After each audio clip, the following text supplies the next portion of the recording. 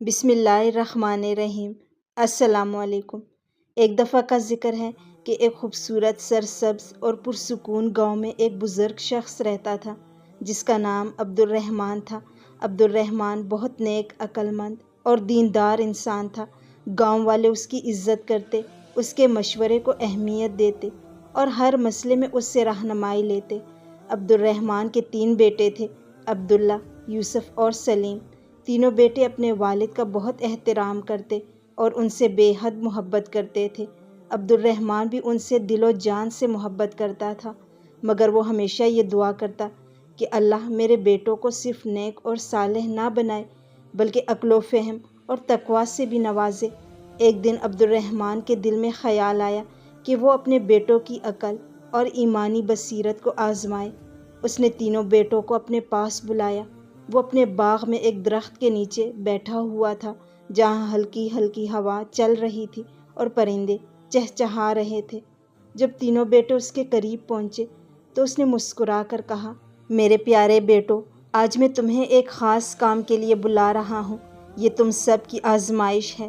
پھر اس نے تینوں کو ایک ایک تازہ سرخ اور خوشبودار سیب دیا اور کہا، تم میں سے ہر ایک یہ سیب لے کر ایسی جگہ جا کر کھائے جہاں تمہیں کوئی نہ دیکھ رہا ہو۔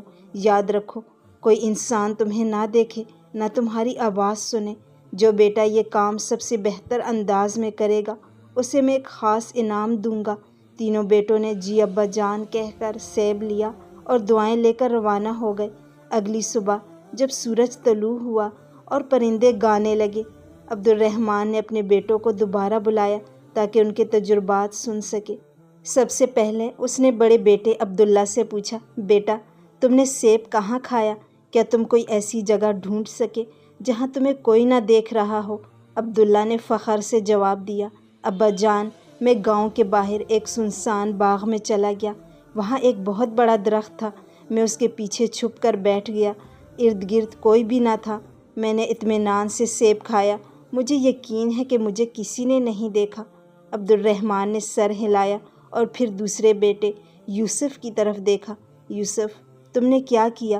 یوسف نے کہا، ابا جان، میں نے گھر کے ایک پرانے کمرے میں جا کر دروازہ بند کیا، کھڑکیاں بھی بند کی، اندھیرا کر دیا تاکہ روشنی بھی نہ آئے۔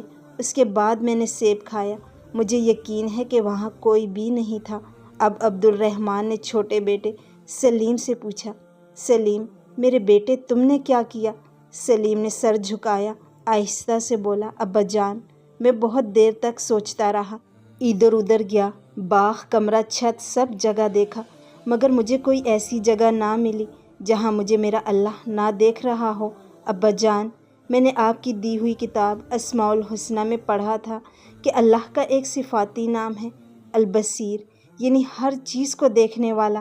میں کیسے ایسی جگہ جا سکتا تھا جہاں مجھے اللہ نہ دیکھ رہا ہو؟ اس لیے میں نے وہ سیب نہیں کھایا۔ یہ سن کر عبد الرحمن کی آنکھوں میں آنسو آ گئے۔ اس نے سلیم کو سینے سے لگایا، اس کے ماتھے کو چوما اور خوشی سے کہا، میرے بیٹے، تم نے سچ میں کامیابی حاصل کی۔ تم نے وہ بات سمجھی جو سب سے زیادہ ضروری تھی۔ اللہ پاک ہر جگہ موجود ہے اور سب کچھ دیکھ رہا ہے۔ تمہارا انعام صرف یہ نہیں کہ میں تمہیں کوئی چیز دوں، بلکہ تمہیں اللہ نے عقل و فہم اور ایمان کی نعمت دی ہے جو دنیا کی سب چیزوں سے زیادہ قیمتی ہے۔